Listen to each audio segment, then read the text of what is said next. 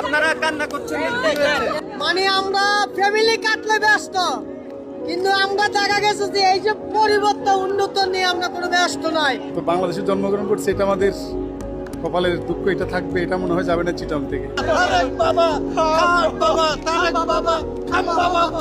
দর্শক,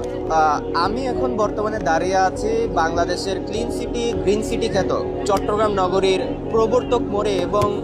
নগরী আসলে কতটুকু ক্লিন হলো বা কতটুকু গ্রিন হলো তারই উদাহরণ আপনারা কিন্তু দেখতেই পাচ্ছেন যে আমার পেছনে কিন্তু ঠিক রূপালী গিটার আছে, সেই রূপালী গিটারও আজ পানিতে ছুঁই ছুঁই অবস্থায়, এবং